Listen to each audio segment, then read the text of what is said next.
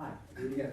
I'm Mark Goldstein. I'm chairman of UCSF Health Hub, and we are ecstatic again to be doing one of these great events with Vator. And this is now we do 4 of these a year, and there are 4 amazing events. 2 were held down at Hewlett-Packard headquarters in Palo Alto, and 2 are held here. And we're welcome back from the summer, and this whole idea of reinventing the doctor was, you guys sat down and said, well, we're going to reinvent the doctor. And my first reaction to all this was sort of like, this sort of Frankensteinian thing where we're going to, well, I don't know if a doctor wants to be reinvented. Doctors are, you don't need to reinvent them. They're okay the way it is. But the idea really is augmentation, and how we can basically augment doctors and make them just have fewer bad visits. If you speak with any doctor here at UCSF, they'll basically tell you how is their day. And their day will basically go on, it's good visits and bad visits. And if you could get rid of a lot of these bad visits, and so they can focus on the patients that really need them, and focus on basically the ways that they can make a difference with these patients, they smile. And if we don't have happy doctors, we're all in trouble. And right now, there are a lot of unhappy doctors, and we're going to hear from some companies later today, because the paperwork is just overly onerous, and I think a number of you know the issue that being a doctor isn't as fun or as interesting as it was all cracked up to be when we went to med school. And we have to fix that, or we're not going to have the best of the best be our doctors, and we need them to be doctors. So a little more about UCSF Health Hub. We are the innovation arm for UCSF. We're almost a year old. We are actually a year old now. And what we do is we help companies work with UCSF, find clinicians, find doctors, find researchers, postdocs, and we help people, inventors within UCSF, it could be doctors, postdocs, find investors, find advisors, find people to help them take their projects along. And so we also throw a number of events, this being one of our events. And next month, I'll talk a little bit later about we're having a big award show, and that should be a blast. But with that, I'm going to hand it over to our dual MCs. Can you guys hear me with this? Can you guys, it's a little low? Okay, so hi, thank you everybody for being here, and thank you, Mark. I'm Bambi Francisco Roizen, and I'm from Vator, and just thank you, Mark and UCSF and UCSF Health Hub for being one of our co-hosts, as well as HP. So before we sort of dive into the topic, I know Mark already did, but I do want to thank some of the supporters that we have, besides HP and UCSF Health Hub and Vator being sort of the 3 co-producers. We also have Avison Young, which is a sponsor. Thank you, Anthony. We have StratPoint, where you hear StratPoint and Scrubbed, an advisor. These are all services that actually help startups, and I have a testimony for each of them. So if you guys are interested in their services, just ask me. So they support our company Vator, but they're also here to support the ecosystem. So thank you sponsors. And then, so Mark talked about, reinventing the doctor. So we have been doing, how many times have we been doing This is the 9th one. So 9th one, and so what we do is we were kind of tired of all these events where you just had to, you go for the day or 2 days and you have multiple topics and you really kind of walk away getting really confused. And what we wanted to do was focus on one topic and spend 3 hours talking about it. And so tonight's topic is reinventing the doctor, which is also pretty broad. And we can you put up that slide? Yes. So just to get your head get your head around it. So what's reinventing the doctor? We're not replacing the doctor, we're reinventing them because of all the new data and all the new access points. And so as we go through the conversation tonight, keep these in mind. These are the answers we want to pull out in the discussion, which is, what are these technologies doing to enable the doctor to work at the top of their profession? What are these technologies, or are these technologies actually improving access? Are they improving the patient experience and outcomes? Getting earlier screening and faster treatment. So if all of these are achieved, then we can actually reduce doctor burnout, and we can reduce doctor burnout and lower all overall costs. So those are the things when you, and if we stray tonight and we're going off point, just, feel free to jump in and say, hey, these are the things we really want to focus on. So just keep that in mind. That's what we're going to be trying to pull out from everyone today. Yeah, and when we were looking at this topic, we're looking at, are we really replacing the doctor or making them more efficient? And how to use cost and resources in a way to achieve these, I call it quadruple aim. In a way, it's very patient and provider-centric. So just like Mark said, that there's no bad patient or bad provider. There are good visits and bad visits. And they happen because the ecosystem that we have created around the version 1.0 of the doc, we have surrounded them with screens, and there's a very data-heavy EHR that they are somehow supposed to, in 15 minutes, figure out what actionable items are there, and then somehow band-aid the patient and then bring them back as they get sicker and sicker. So nobody's happy with this. The patient is not happy, and definitely not the provider. So we are going to talk very much around the 4 key things that our panelists, our esteemed panelists, are trying to achieve to make a good visit a good visit. Thank you. So let's begin with our panel. Yeah. So we're going to bring our first panelist up. We're going to do this, Archana and I, again, we've been doing, this is our 9th one, so we're going to try to make it a little bit different. So please, come up. So, there is no order. You could pick your favorite chair. Yes. Yes, so everyone's pretty, it's a very eclectic group. And I think we're missing something. I think we're missing Liz. We're missing Liz. But, I have contact her. I'm trying to see where she is. oh, okay, so we are missing one VC. But it's an eclectic group, so we thought what we would do is, rather than just jump around, we wanted to spend some time with one and then sort of like move on, and then we'll open it up so we can take kind of a deeper dive with each speaker or guest. But we do want to open it up first with quick introduction and also a few sentences, like a sound bite, how you're reinventing the doctor. Yes. Do you have a? You're looking at them. Okay. Yes. So We we have to share the mics too. we would not be able to introduce you the best way that you could introduce yourself. So I think that would be really good for you to actually a quick soundbite and talk about it. Awesome. Well, thanks for having me. Michael Abramoff, I'm founder and CEO of IDX, and it's the company that created the first ever autonomous AI that makes a clinical diagnosis by itself. Was cleared by FDA in April last year, and another big thing happened this year where we created the first ever CPT code for an autonomous AI making a diagnosis. And so what autonomous means is a few things. It means it makes the clinical decision by itself, no physician oversight. It also means that the company assumes liability for a misdiagnosis, and that's something that sometimes doesn't resonate until you think about it. It's just like a doctor, you assume liability for what you do, and the AI, or the AI company in this case, assumes liability for what it does. My name is Dr. Aswin Chandrakantan, Chief Medical Officer and Head of Corporate Development at Komodo Health. We've built the first and only real-time complete view of healthcare through our healthcare map. It's the journey of 320 million patients, the diseases that they have, the providers and institutions where they seek care, the therapies and interventions they use to treat those conditions, and the outcomes that relate to that. And we're focused on enabling the doctor through technologies to best understand their patient, and then also use that patient journey data to get their patient to the best possible outcome. My name is David McAughan. I'm an executive with the ambulatory division of Providence Express Care.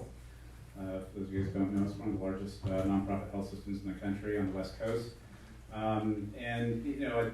My background is not in healthcare, not a doctor, so I guess I'm the first on the panel that's not a doctor.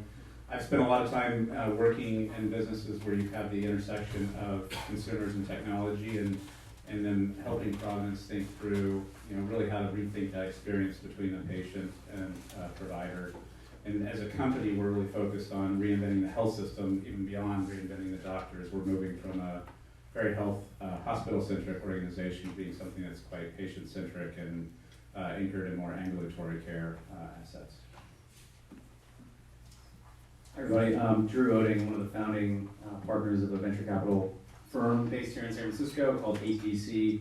We manage about $3 billion across series of funds that focus on Series A and Series B investments. About half of what we do is in healthcare, and it ranges across the board from consumer companies like Blink Health that are trying to engage patients directly, health delivery companies like City Block Health, which are actually taking risk as provider, and next generation diagnostics like IDX, and therapeutics like Garden Health. And I'm certainly not a doctor, but I'm glad to be out there. Hey everybody, I'm Liz Rockett. Sorry to bomb in at the end of introductions, but thank you all for taking the time we did. So we could sneak in. So I'm with Kaiser Permanente Ventures. We are the strategic venture arm of Kaiser Permanente. The capital that we invest comes from both our health plan, the Kaiser side, and the medical groups, the Permanente side. So we're really looking for innovation and strategic direction that supports both sides of the house. I'm not a doctor, and is there anything else that you want to go? I guess I should say I'm not a doctor either. I think it's well-balanced panel. What do you think? Yes. One thing we forgot to mention is that we want to make this interactive, so if you guys, anyone has a question, we don't have Q&A at the end. It actually, hopefully throughout, we welcome your questions or statements. Yes. So at this time, we are doing a slight different twist to this. So we want to know each of the companies that are reinventing or powering up the doctors or enabling them. So if you can do a little bit deeper dive in how what your company does, and we will have a few questions, and all of the panels would be panelists, and everybody would be able to ask those questions. Basically, you're in a hot seat. You're in a hot seat. Everybody will Yes. just pick on you. Yes, exactly. So should so we go? we'll start with you. Again, sure. Yes. Okay. There you go. You have a hot seat mic in your hand. Yeah, so I'm a doctor. Sorry about it. Well, we'll start with the first of all, I mean, you're the first autonomous AI to get FDA approval. So kudos to you for laying the groundwork or paving the way for so many other companies. But and there's a ton of smart people here, but for some of them who may not be familiar with autonomous AI and why it's working so well in our business. Hello, we can't hear a word you're saying. I mean, we can hear you, but we can't hear you. Okay, so the question is Okay, around. is this better? Oh, yes. Oh, that's better. Thank you. Okay. Yeah, so the question is that for autonomous AI, your first FDA-approved autonomous AI medical device. And so why is autonomous AI making inroads in eye disease versus other areas? Yeah, great question. And so I think an important reason is if you build software in general, it's always good to have very specific specifications that makes it easier to get a success. And if it's badly specified, it will usually be a failure.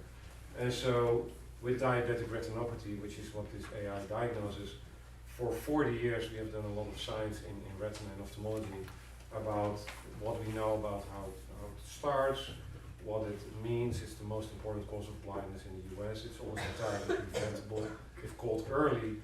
So for years and decades we have known that we need to diagnose it early. So there's all this scientific data out there. Another important thing is that decades ago, not me, but the people that are giants in the field, created standards for essentially surrogate outcomes. If you have a chronic disease, it's really hard to know what happens to the patient because it may take decades. So how do you make a diagnostic and know that's reliable? You need a surrogate outcome. So those were created decades ago, and we still base all our treatments, all our drugs, all our surgeries based on the same surrogate outcomes. So you have a very good standard for what the disease is, what the next level of the disease is, and why we need to do an early diagnosis and then treat it. So if you have all that knowledge, it's relatively easier to make an AI because you build it against that outcome standard. And so it's interesting because retina had the first ever gene therapy approved by FDA 2 years ago, Luxturna, and now the first autonomous AI, and it's not for nothing. It's again because we have standardized so much of what we do in retina. And it's interesting because I'm trying to create an AI, well, we have created AIs for other fields outside of retina, and it becomes so much more difficult to find a surrogate outcome. And if you go to FDA and you say, well, here's an AI, it works, they say, well, we don't believe you, how do you prove that? That was what 8 years of discussion with the FDA involved. And so you need to show in some way, you don't compare it to a doctor, because do you know whether the doctor is wrong or the AI is wrong? So you need a better standard than that. And so, because these standards exist, it went relatively smoothly. I say relatively because it still took 8 years. It took 8 years. Yeah. So the question around that is, of course, you're an ophthalmologist, right? Yes. So you're almost taking some of the bread and butter out of the hands of your colleagues. And I understand that they're happy about it. Yes, they were not always happy about it, and maybe there's some ophthalmologists in the room that are still not happy about it, but in general, I think it's been very important to be very transparent and open about what I've been doing, both as a scientist early on and as an entrepreneur and as a company. And so my nickname is the Retinator. I told you that. Yeah, well, that sounds funny now, but I was trying to get a grant, and suddenly the chief or the chair of ophthalmology at Hopkins, Pete McDonald, who's a good friend now, did an editorial on me saying the Retinator, Revenge of the Machines. How I will destroy the profession of ophthalmology. And so that was, again, it's funny now. And so by being, again, very transparent and open and accountable and show what we do and that it's not perfect and there's risks and benefits and what's going to happen.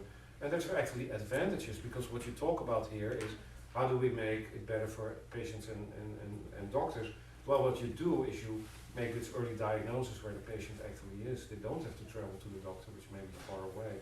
And then if they're normal, they still need to go to see the ophthalmologist. But now the ophthalmologist is happy because they have these good visits rather than bad visits where you just tell the patient nothing wrong, come back in a year. That's not a good visit. That's not what you were educated for and trained so long for.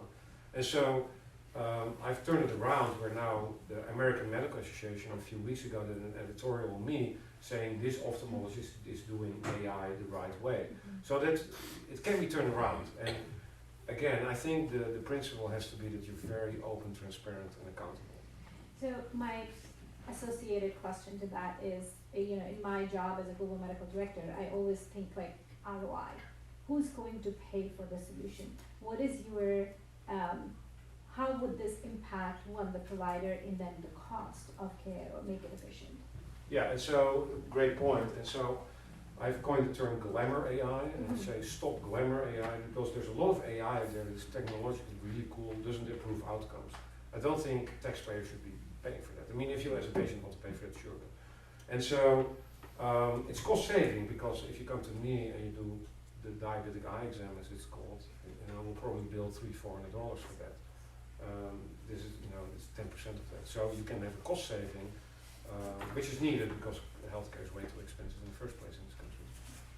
So, I think it's there's 30 million diabetics, about under 1% of them get diabetic retinopathy. That's not every year, right? That's how many of them have it.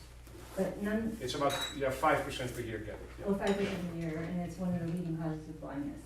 And your service, you can go to an ophthalmologist and pay $300. You can get your service for maybe $50, maybe $65, $75.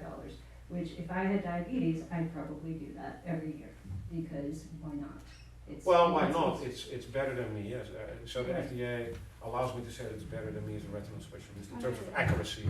It's cheaper and it's accessible because it's where you are. I mean, you're not, hopefully not camping in my office every day. So a primary care physician as well as a retail pop-up clinic, they can offer a number of things. And I'm sure they want to offer a number of things to care for their population. Why would they take yours? Why would they take yours? And it's a great value proposition to patients, but you've got doctors handling so many things, retail pop-up clinics considering so many things. What is your pitch to them to say this is? I no doubt it's useful and it's also cheaper.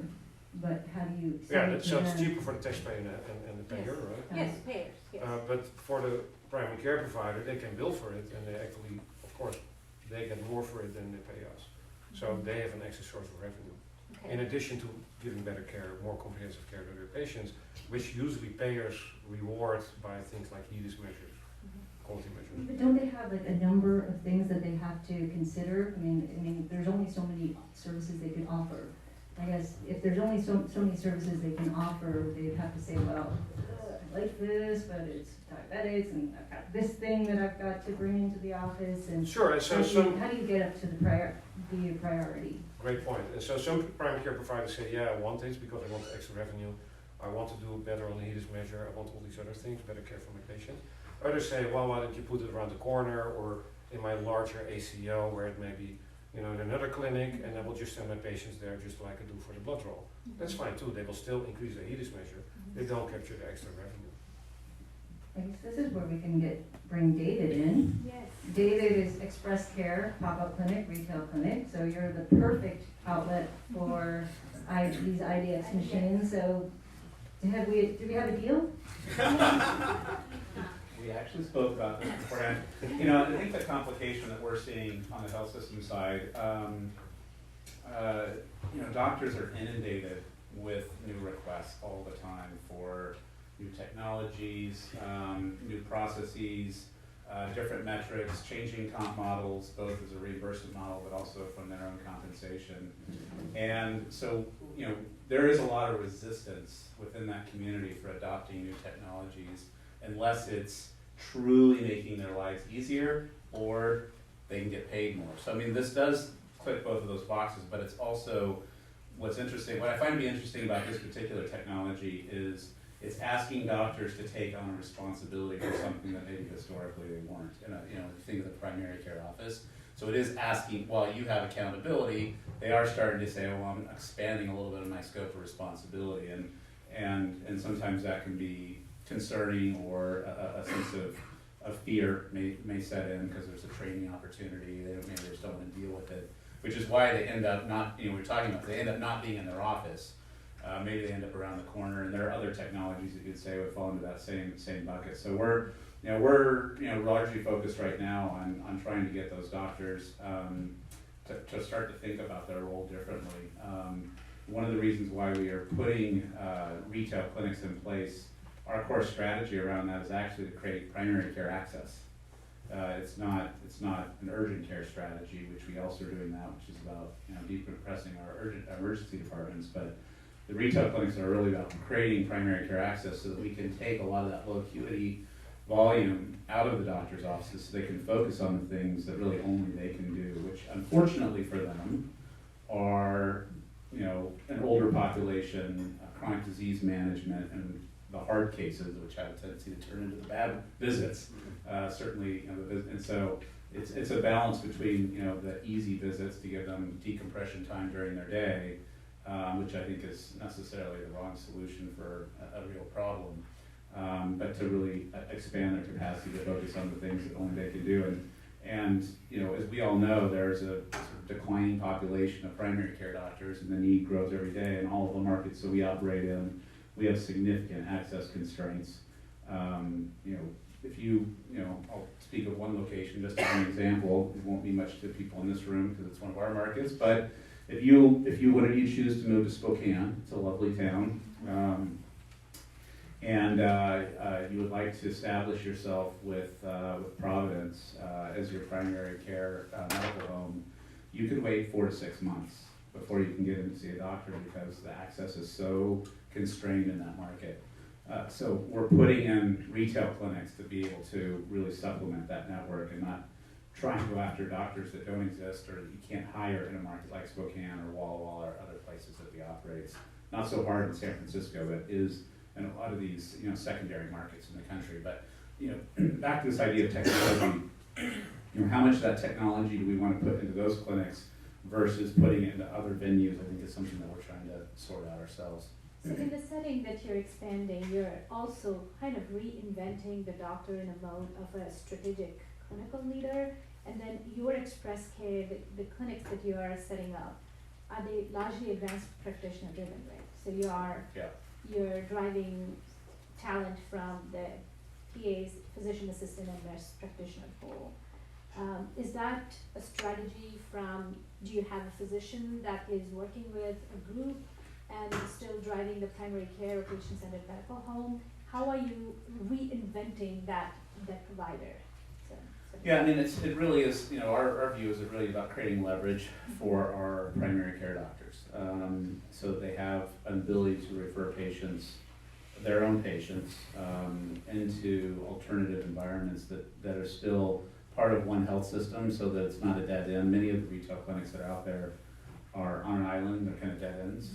Patients can go there for acute episodic care, but if they have something, like they happen to have diabetes, and maybe they don't have, they're not being treated properly through a primary care physician, that medical location has a really hard time connecting back into a health system. So we're really trying to connect the dots for patients to make it a lot easier for them to find where they need to go, but also, for us at least, by offloading the easy patients, the traditional patients, and some of the preventative care out of the primary care office, it allows us to leverage that primary care doctor to do the things, again, only they can do and not necessarily do all the things that they traditionally have done, which is a change management effort that we're going through. And we're in a unique place. We have Kaiser up here as well, which obviously is a risk-bearing organization, so they have a very different kind of approach to this than what Providence does, because we're predominantly a fee-for-service organization.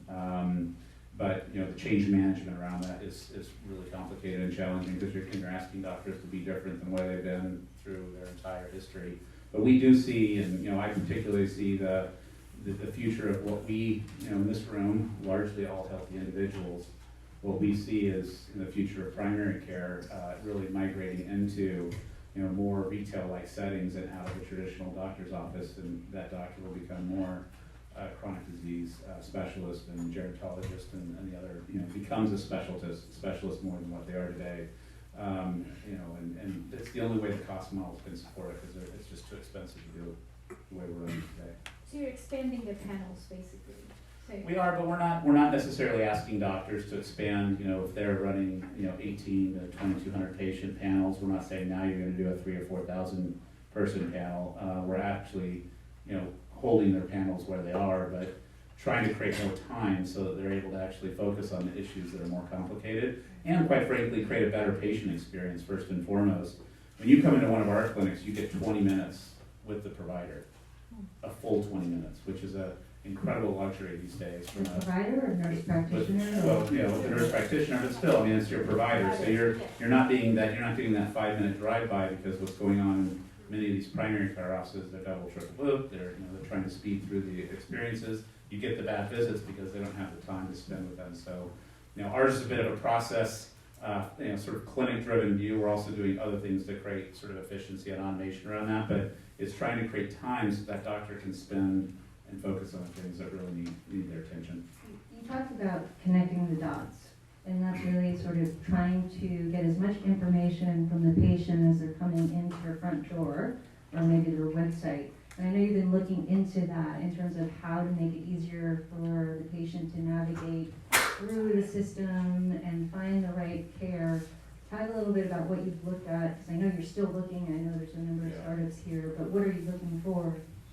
Well, I think it's a tough problem as clinical options expand significantly, whether that's through formats of clinics or through technology solutions that are out there.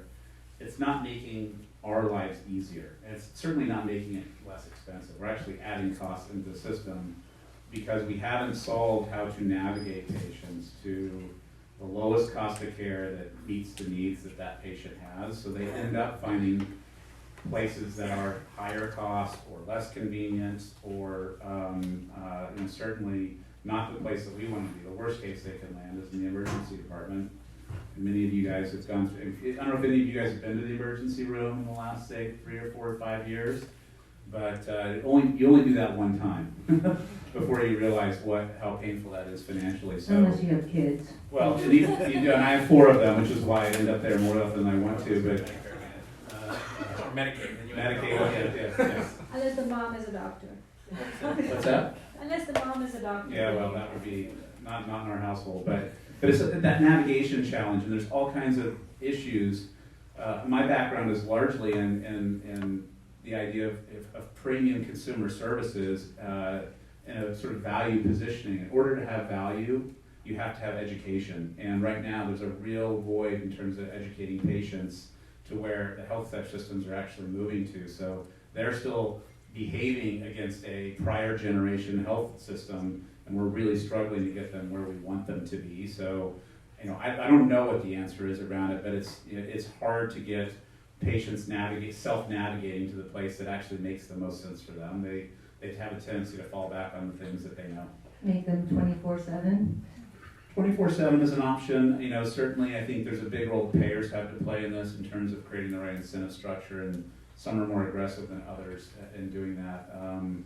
And we as a health system have a role to play, obviously, to make it as easy as possible to find what they're looking for and to create complete transparency and embracing a lot of the things that are standard in the rest of the consumer service space that just have not fully landed in healthcare. But again, as technology adoption, just to be very transparent, one of the things that we're trying to get our doctors to do is to just allow online scheduling and make their schedules available so you can go online and schedule. Most doctors are unwilling to do that still today.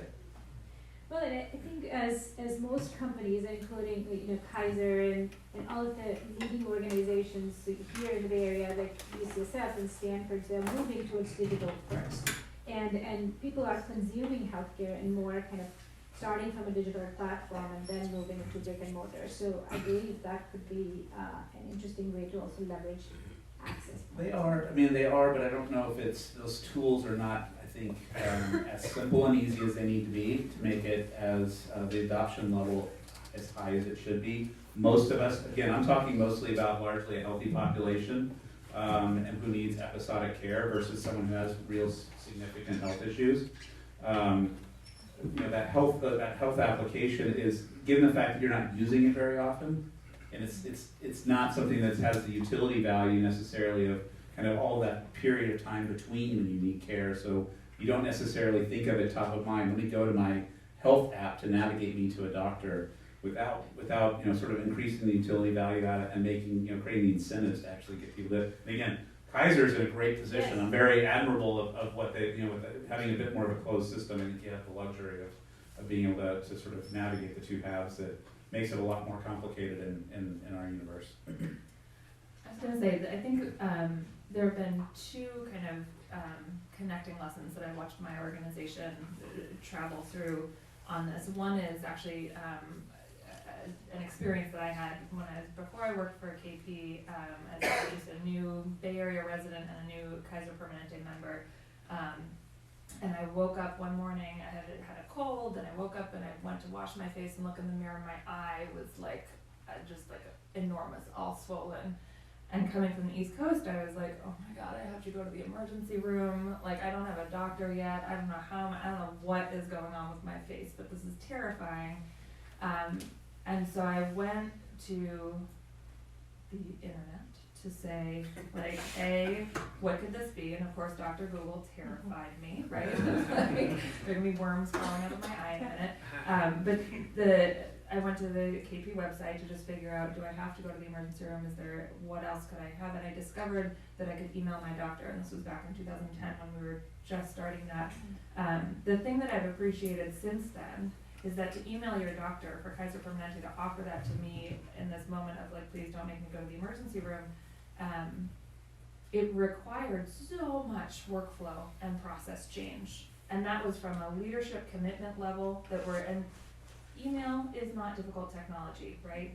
My stepson can create an email interface and code that, right? The coding is not complicated. The workflow is legitimately difficult, and it takes both agreement from all of the practicing physicians, the care teams that work around them, thinking through all the different, how are we going to create time and space and capacity for this, the leadership commitment to it. Certainly we have the benefit of in-house payment mechanisms, but even within our own walls that can get complicated, and figuring all that out can be quite challenging.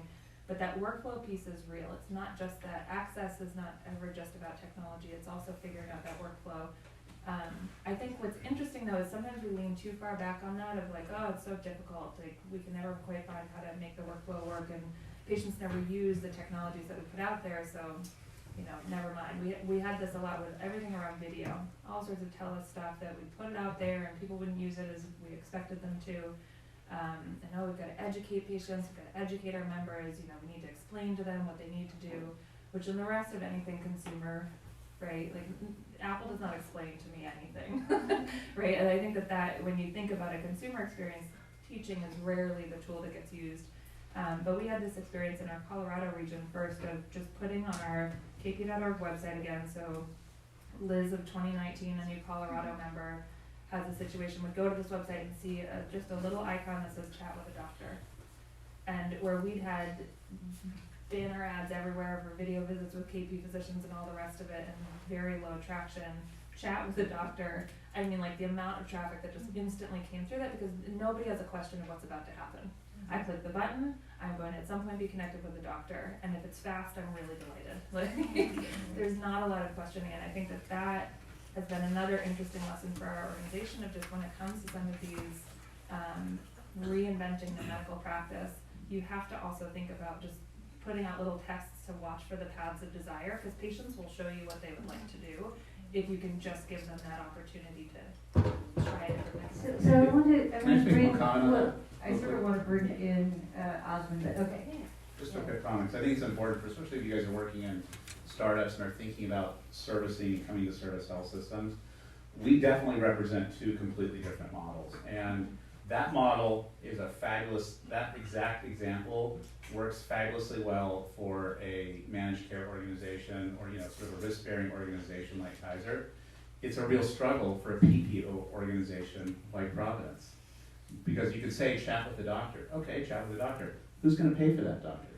How do you cover that doctor's time? They have consumed all the premiums, so they're looking at it as a cost deferral, whereas for a company like Providence, they look at those doctor interactions as revenue or a cost additive, because now I have to create capacity to sort of fund that, and it's not necessarily being offset somewhere else. So as you're thinking about different technology, especially as it enters into the health system world, you kind of got to put it through both prisms around which audience can actually adopt this and have a business model that might be able to work for both. Because I've definitely run into a number of startups that have a great business model for her health system, but they can't get their mind around how they could support a health system like ours. And you know, for the, you know, our health system's the more common one in the marketplace. So if you don't have a business model that supports it today, at least, you know, who knows what we have 10 years from now. But it's a struggle. You know, you can only sell so much technology into Kaiser. So. I was going to say, you are the lion's share of the market. That's super important. Which brings us to Aswin, because he is seeing Dr. Aswin. Dr. Aswin, yes, sorry, you earned it. So, so as we go through this process, Dr. Aswin, you see this whole journey in which you are also seeing the social determinants of health and insights that are coming through.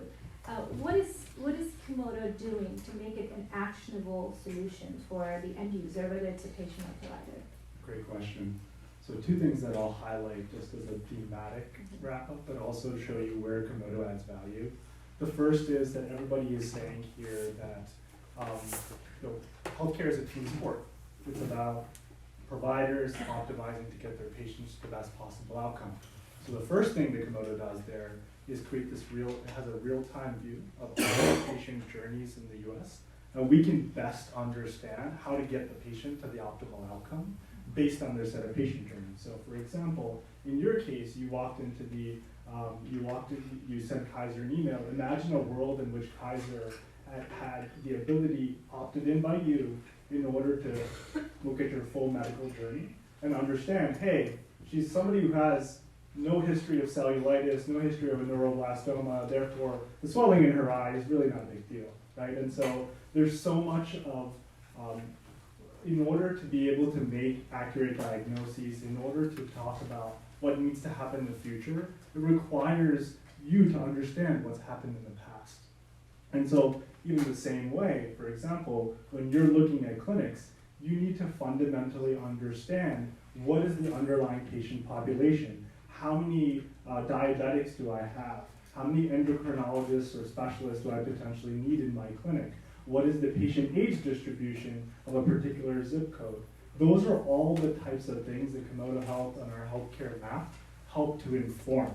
So that's the first piece, which is helping to not only understand what the best possible outcome could be for the patient, but also tracing their journeys and helping them to make an informed choice about, hey, this particular patient has a history of wet AMD, and therefore this patient, is likely not a great candidate for me to use this automated device in order. They need to go to a specialist, right? So those are the types of places where if you have a fully representative view and you understand the canonical patient journey, and not only can you say, well, these are patients, these are populations that could have the right provider, the right setting of care, or are suited for a specific therapy, but you can also talk about, well, how do we get them to the best possible outcome? I think for the audience here, they're probably wondering, where are you getting this data? Yeah, great question. You're getting it from claims. You talk about how you're coming up with this map. So every single encounter that you have with a provider leaves a history with it. And that history is actually incredibly important because you want, when you walk into the ER, for somebody to be able to understand or know what you've been through before, so they can use that to inform what should happen next. Right now, that depends on a really, really sloppy set of records of hand-scribbled notes or half-baked, hey, I saw this patient for this particular kidney condition, but let me just ignore the fact that they have congestive heart failure because I'm a nephrologist and I'm not a cardiologist. What's really nice about using clinical encounter data is being able to say, well, this specific patient has this specific condition, they had this specific intervention or therapy prescribed for that. That is a really nice behavioral ground truth of what that patient is seeing. And that history is imprinted by providers communicating with payers, communicating with pharmacies, communicating with benefits, PBMs. All of that leaves behind this behavioral fingerprint of what the patient has been through. And that's incredibly important because we can, instead of wading our way through super messy or subscale data, you can really provide very, very representative and complete, statistically verifiable and statistically sound analyses that you can build AI in order to predict future behaviors in the system. So let me give you an example at Komodo Health.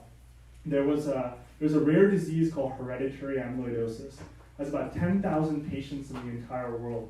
The unique piece of this particular disease is that it involves a number of different organ systems. So it has some kidney involvement, some liver involvement, some heart involvement, some peripheral neuropathy, and to any provider, that typically looks like, oh wow, this is just a patient who has some sort of subclinical issue. But when you actually know the entire constellation of what the patient is going through, you realize that they would benefit from testing for this disease. So Komodo Health, we actually worked with our healthcare partners to build a model that says, okay, well, let's look at these patients that typically wait 10 to 15 years to be diagnosed and treated with the disease. Let's see if we can identify them earlier. So we were able to identify within 1 year of engagement 300 patients within 3 to 5 years of symptom onset, instead of 10 to 15 years post-symptom onset, got them tested for the disease, got them diagnosed with the disease, and got them treated for the disease. And that to me represents, as a lot of the folks are talking about here, talks about the value of AI and talks about the value of technology as a complement to the entire provider system.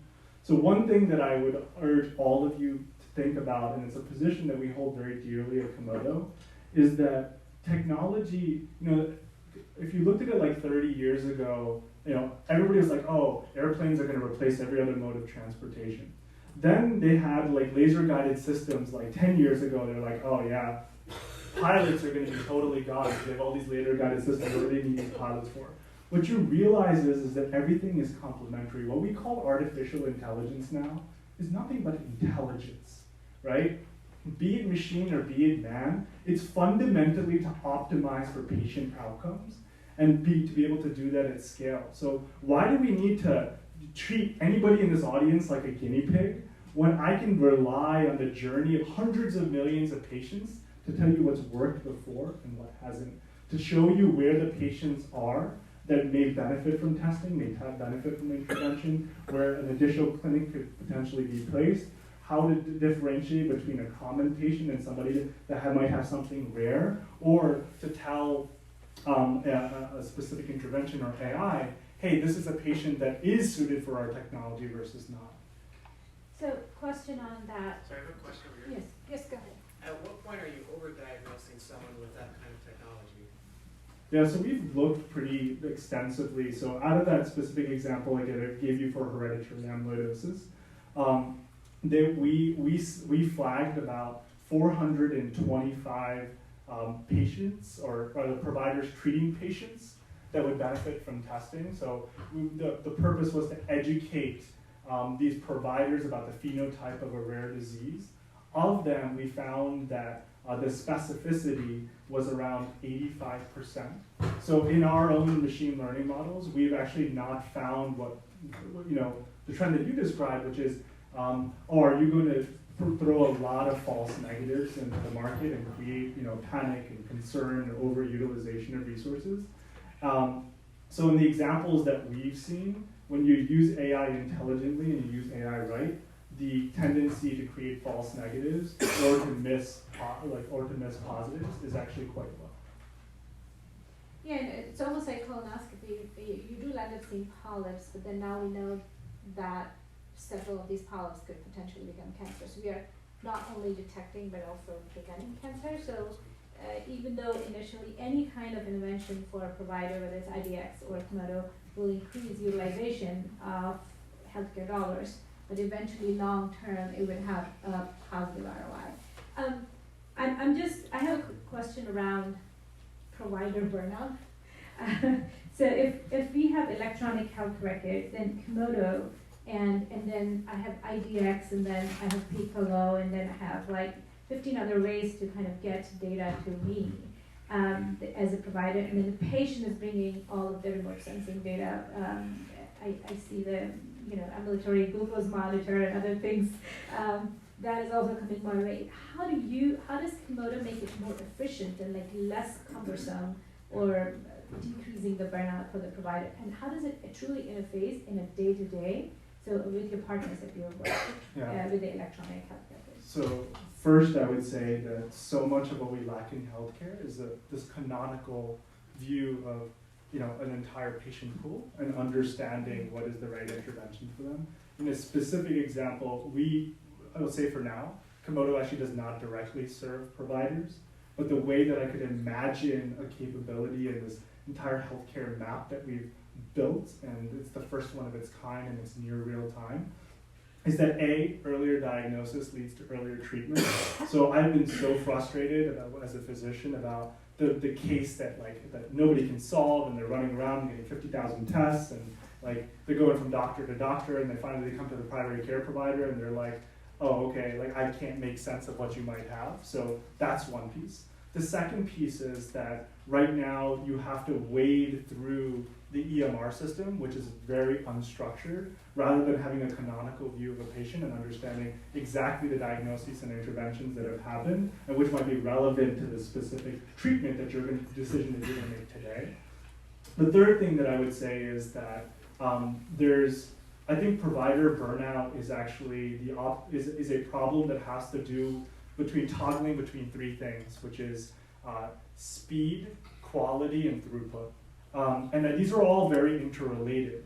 And so what I would actually argue is that through the use of technology, you can actually not only just keep at current quality, but you can actually improve quality and have higher speed and have higher throughput in the system. And you're getting better patient outcomes, happier providers, lower costs, and all of it is driven through technology.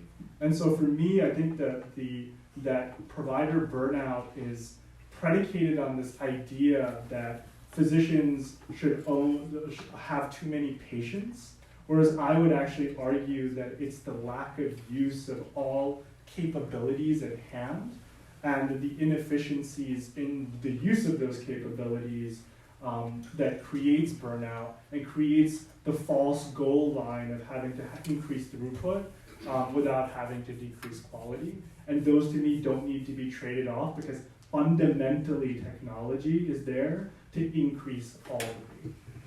I want to bring Drew in because poor Drew's been sitting there for, I'm not quite sure this was a good format. Drew, what do you think?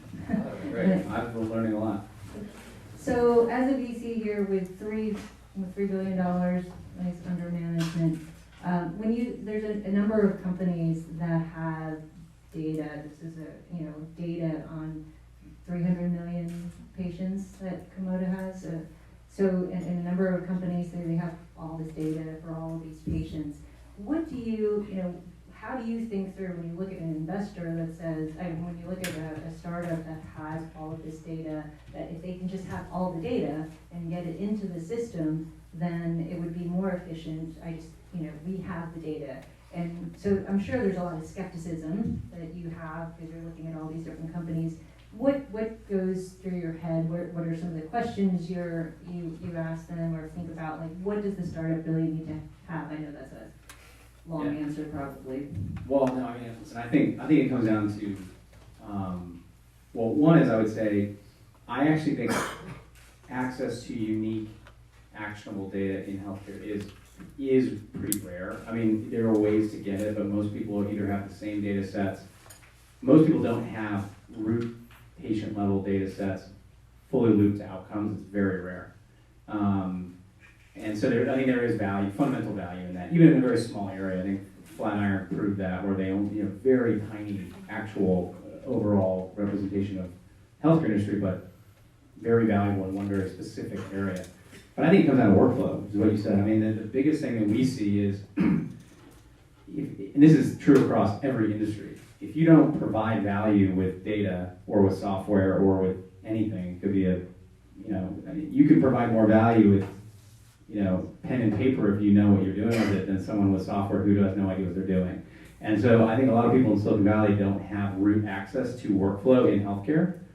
And that leads to a lot of businesses failing because they do something that's really cool, in their mind, but actually provides no value. Can you give an example of where it didn't work? I mean, there's so many examples of basically people building enterprise software type products, care coordination software, prime example. There's probably 100 companies that have raised $20 million and maybe a few of them have been successful. Another one being companies that have looked to get patient engagement around their health data and then create this transferable patient record. It doesn't actually add much value to the patient.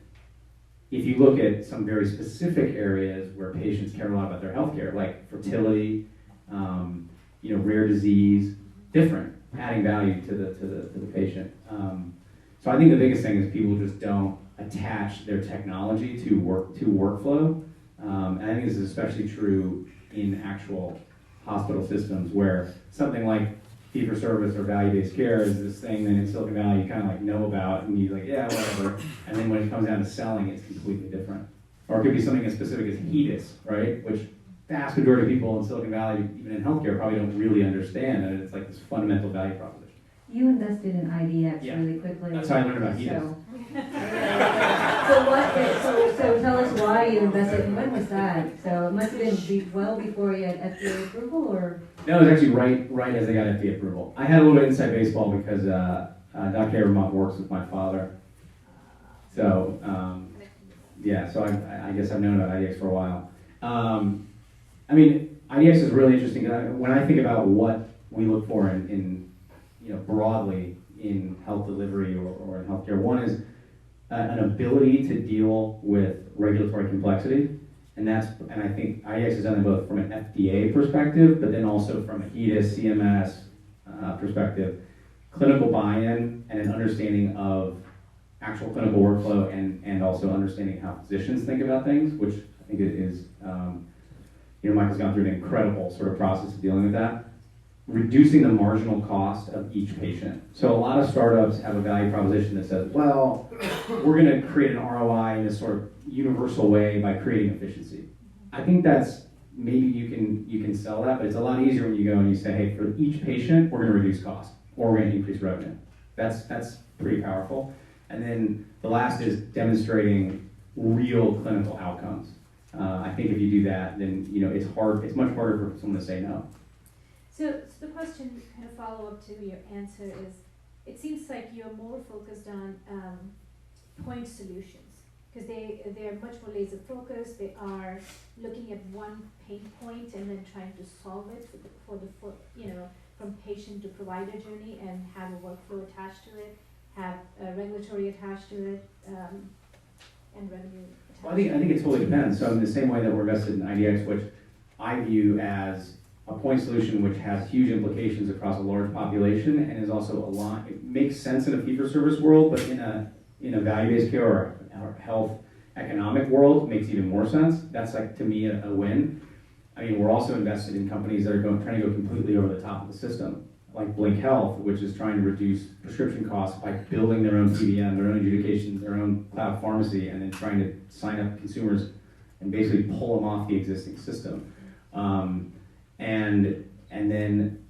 But at the same time, like a company like CityBlock, which is a risk-bearing provider that goes and seeks risk on basically dual eligible patients.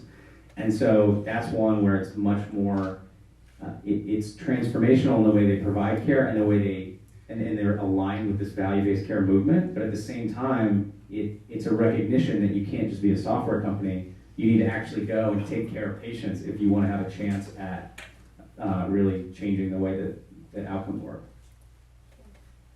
Yes. The one thing that I would put in there, and I think it's something that everybody in the audience would agree, as well as on the panel,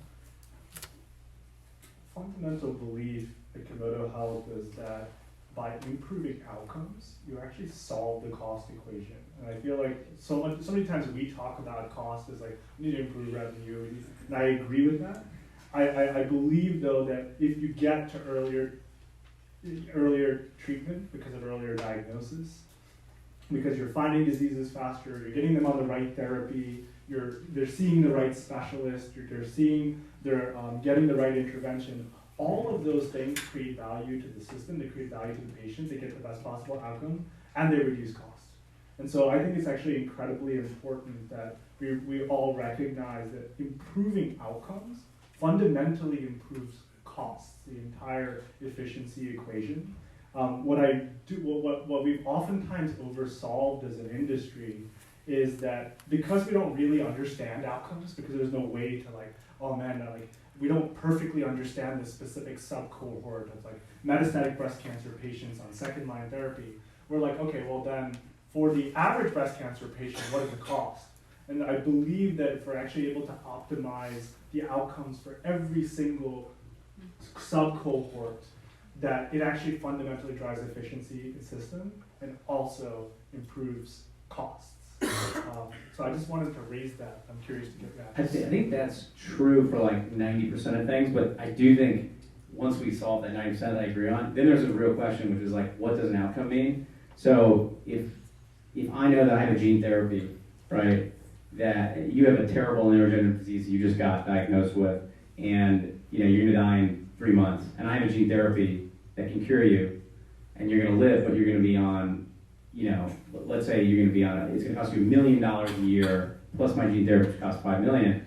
There's a real question of what does the outcome mean, right? I've cured you, so it's great for you, I think. But is it great for everyone else, right? And so I think that we are going to get soon to a world where these conversations start happening, where there's incredible technology or incredible solutions that are presented, and there's going to be this zero-sum discussion.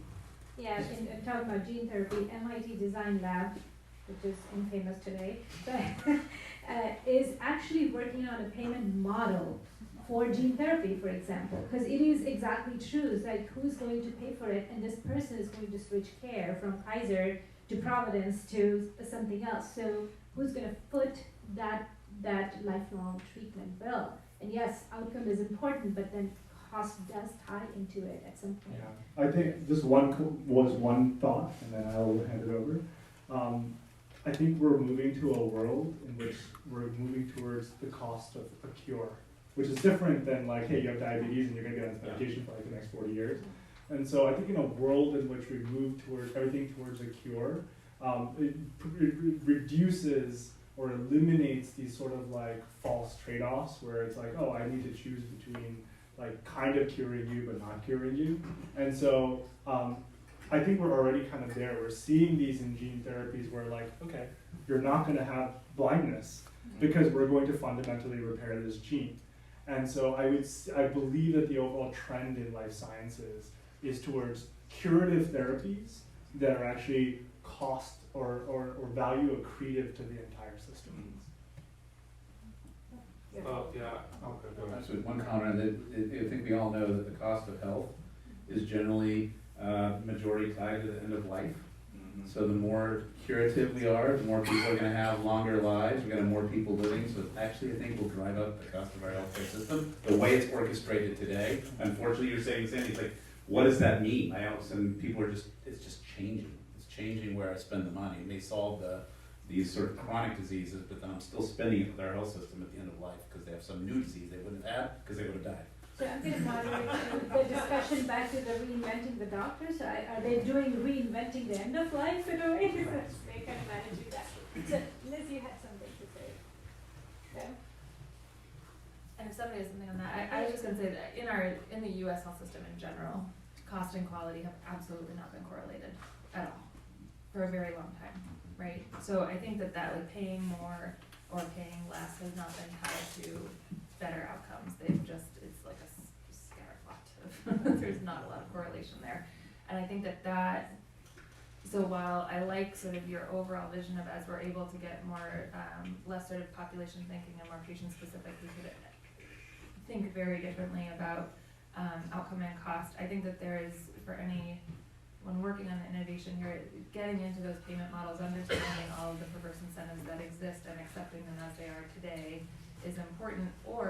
And we've learned this lesson through a bunch of our portfolio companies, looking at where you have to be city block, or that you have to sort of take over some part of the service model, because if you do not do that, you'll never get your thing purchased to begin with.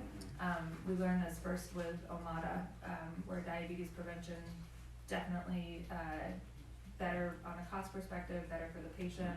All the things are good, but you could not get a system to take the technology and put their care managers against that problem. Wasn't going to happen. You had to offer the full service, and I think that when you're playing in that sort of your outcomes are going to improve and your costs will go down, it can still not work because of some of the incentives in the system. And for thinking about that, what is the business model? I think it's actually really important to take our crazy system as it is, learn from it, and find that way to sell.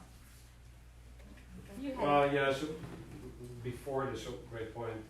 Can you hear me? Yeah. No, as long as you disengage cost from outcome, you're wrong, right? Because cost is borne by the payer and not the patient typically, and the outcome is the ROI is by the patient. So someone is paying for an external $750,000 or $800,000, but the gain of $2.5 million that is, you can calculate the qualities and why it's being reimbursed, that doesn't flow back to the payer, right? So it may well be that it leads to better outcomes lead to lower cost, well, depending on how you define cost, because typically it's not how cost is defined. I mean, again, the benefit of seeing for a lifetime does not flow back to the payer who paid for the therapy. Which is true. Well, and that sort of makes that whole argument very difficult. Yeah, and at HP we're a self-insured employer. We we care for our talent and their dependents, and we pay for it. But you are very right that it just people will still switch their jobs because that does not flow back. I want to switch gears a little bit and bring things back on and to talk about what Kaiser's doing, and because Kaiser I know is very interested in private health and virtual care, and you're making a lot of investments there. So talk a little bit about what you're interested in and what Kaiser's interested in when it comes to that. Specific to reinventing the doctor. Yes. Yes. mentioned a little bit of it in terms of we have this long history in terms of thinking about, I would describe it more as reinventing the medical practice than the individual doctor when we think about some of the places where virtual access points have been important. For our system, that started with email and the ability for a member to email their doctor, and has continued. I think some of the lessons that we've learned along the way, all these different modalities have their place, and it's about finding the right place that works for the practice that you're running. So when I think about primary care, one of the perennial concerns and questions that we get is the worry about Dr. Google, right? We've got our members out there and they Google something and then go seek care accordingly, or come in much more concerned about something that's kind of taken them out of field. So we've been looking at different things that can help to capture folks when they're in that moment of search. For KP today, I think we're more focused on once they're arriving at our doors, how do we triage more effectively? So there are a number of efforts to take advantage of the fact that the patient is already doing this work, they're doing the searching, they're trying to figure out what's going on with them, and using that triage to route to the right place of care. So there are a number of companies that we've looked at that are doing it. Babylon in the UK just raised a whole lot of money to go after this, but there are some earlier stage folks in the US. MD is one that has a partnership with KP that has been yielding some interesting results, and Epic themselves. So reinventing the doctor. Epic certainly has reinvented the doctor. We may not. Let's not go there. But the one other one that I found pretty interesting is a company called Buoy, where they are much more focused on how do you get into those search results. So don't wait till somebody comes to the Aetna website or the Kaiser Permanente website or what have you, but find folks where they genuinely are really searching. So they've done all that SEO work, right? Just getting all the content that responds to all the different searches that folks might be doing. They've got a little over a couple million uses, and what they're doing is just taking you through an AI-enabled Quizlet. It looks a lot like a BuzzFeed quiz to figure out what's going on with you. They have the potential for a health system to then route, right? To say, fantastic, it looks like this is what's going on, just call the helpline, order this prescription. If they can just know that you're a Kaiser Permanente member or you're a Providence patient or what have you. So that's pretty interesting, because in doing that, they are getting back also to this, claims data is a partial picture. All of the clinical note data is a bit of a mess. They're going to be capturing a whole lot of patient-generated data in a pretty structured way, and if they can tie it to what is then the route that somebody goes to receive care, they have that potential to create a little bit more of a link. So I think that's an interesting one, not a Kaiser Permanente partner to date, but something that we're watching just as a trend in technology. Anything in automation or patient moving care in the hands of patients? Or care decisions in the hands of patients? Yeah, automation is still a bit of a hot button topic. I think when you're running a large health system and you employ so many folks who are experts in their field and do what they do, the specter of automation, it presumes we're going to replace you and you're not valuable. So I think our organization has walked into that in a pretty thoughtful way. We're not just going to run in and try to replace a lot of things, but I think there are pieces of workflow that have been peeled off with automation. There's also a lot of our big technology platform partners who are showing us areas where, with the data that we have, we could be replacing things, and that's the Amazon, ServiceNow, Microsoft, others who own parts of our workflow. Maybe out there. Do you want to say that? Sure. So I have a question about, you had mentioned access, and how you email your doctor. I can imagine that you may have the unintended consequence of going into your doctors faster. Right? I did my residency back in the days when we had beeper, and I hated that. I work in a global company. When I worked in a global company, my inbox was always full, and I always felt like I had to answer those emails at 11 o'clock at night, 12 o'clock at night, whenever they came in. So in some ways, you think that it might actually contribute to burnout. Yeah, I mean, certainly in the professional world, if you say burnout to somebody, email is probably the first thing that like you visually see. It's just that endless inbox. I know that for my organization, what was very important was that workflow shift that we went through in order to even introduce email. You can't imagine the level of negotiations and debates that were happening internally to enable just the ability to respond to email, because we are a provider-led organization, and that was a very important debate and conversation. And I think that was over 10 years ago. I think it continues today, because it's a constant balancing of how can a provider have that time to email. And I don't do this work myself, so I'm not probably the right person to talk about whether or not that's working well or not for our providers, but it is a constant debate.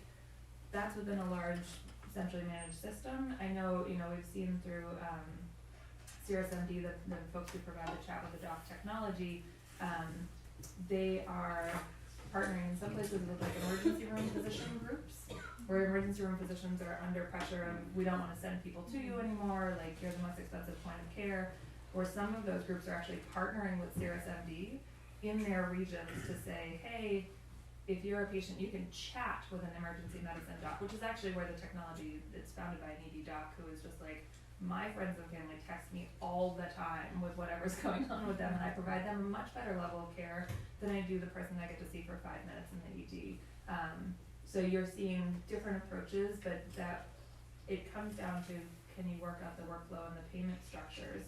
Yeah. Primary care is synonymous with burnout these days, largely because we've underfunded primary care as a healthcare system for the better part of the last 3 decades. If you don't pay folks enough to do the basic amount of work, you just keep trying to jam a lot in, and that's hard. Can I at one point, and again, this is about reinventing the doctor, and again, take this as a grain of salt, because I'm not a doctor, but my grandparents' parents, I spent a lot of time with doctors. I think there's 2 basic things, and I think these are myths that have been perpetrated. I don't know if they're by the clinical societies or by the administrators or what it is, but there's like this thing that's like, well, technology and thinking about incentives are like, these are bad things. Like, these are coming for doctors, right? I think it's BS. It's like any other like white collar professional is, their technology departments serve them, and their administrative departments serve them. You ever worked in an investment bank? The best trader has the best technology and makes hundreds of millions of dollars a year, right? They get to do whatever they want. No one tells them, hey, you need to request your vacation 4 months in advance, right? But the heads of departments of, oncology and ophthalmology and all these places, are treated to some extent like second-class citizens in their own hospital. And I think that the doctor of the future, or reinventing the doctor, is a doctor who feels like, I'm going to embrace technology and use technology in a way that doesn't cause me to burn out. I'm not just going to use whatever EMR you tell me I need to use. I'm the one treating the patient. You figure it out on the back end. I don't care if it's difficult to do rev cycle management. Like, go figure it out. You work for me, right? The same way it would work in an investment bank. Same way it would work in, many other parts of the economy. And same thing as and same thing on business, right? My parents are physicians. They talk, like, well, I don't really know about business. I don't even really know about that. It's just kind of the way it works. Why? Like, I guarantee you the average physician is much smarter than almost even any other profession. Yet, they don't think that they should be thinking about incentives of both the way they're incented and other people are incentivized. That's for the administrators. Like, the administrative cost of the United States healthcare system is insane compared to any other place. And so I think you want to be the doctor of the future, start fighting against all this, these lines that are being fed. So this is getting political. Sorry. And for some reason, we always have these events on debate night, so that's great. But the last one was also on debate night. So I have to represent the MD here. We don't have a union or some way of kind of organizing the movement. Most of the The AMA is the most powerful lobby in the world. Well, AMA is the most powerful lobby in the world too, in a way. So let's kind of look into, like, they're kind of archaic in a way. They do not represent the modern doctor. I do feel that incentive is a way to go. And I'll talk about a couple of companies that I've had experience with. Providence Health is one of them. Crossover Health, One Medical. folks are on salary and their bonus is driven by their outcome. And so the provider is not as how many patients are you seeing every day. You're managing a panel and their outcome is good. You can do whatever you want. You can do tele, you can do phone text, you can do inbox, you can do whatever. And all of our providers do not have a burnout. And the reason is that they're happy in taking time with their patients. And that's what we need to all drive towards salary, so that if you have, as much as the $1,000 a month thing that they're talking about, the income, as much as I feel the physician should not be driven by the head count that they're seeing. That's when your incentives are not aligned with the patient. So you have to manage the patient-provider relationship in a manner in which you remove the cost from it, and then incentivize the outcome. So our providers, they have a direct, so patient when they check in from a portal. They have access to a provider 24/7. Workflow is built in, so they know that in 24 to 48 hours they will hear back from the providers. If they have a 911 situation, they should not be on the portal. They should be either calling, going to the ER. So those workflows are built in. Our providers actually feel good giving out their emails or being accessible to the portal, because they can manage. We give them tools saying that by this portal message, I'm replacing a visit. So now suddenly that becomes a cost point. So we are generating a visit and we're giving them, a kind of a check for, like, you have actually done a visit. So that becomes their measuring criteria. So outcome, make them salaried, make them outcome-based bonus. That would work really well for all of the providers. This panel has gone on well over an hour, actually, which is great. Yes. But we are 5 minutes late too. So I think we'll invite the panelists back. They can sit in the front row. We'll all be here. We'll all be able to pick up this conversation. But I did want to invite Anthony up here because he's going to welcome us to the break. But Anthony, so can we sit up here? You can, please stay. Please stay. Yes, yeah. Thank you, panelists. Thank you. Thank you. Hi everyone, my name is Anthony Schell. I'm a principal with Davis & Young Commercial Real Estate. We are the world's fastest growing commercial real estate firm.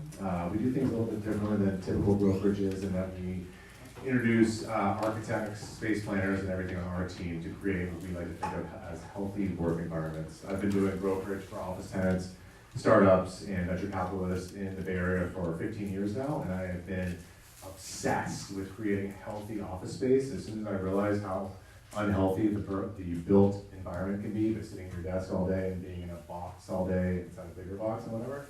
So Bambi actually brought me the word biophilia and biophilic design, which is really a fancy way of saying, how do we bring nature inside the built environment? Which is a fancy way of more trees, green walls, water if you can, et cetera, et cetera.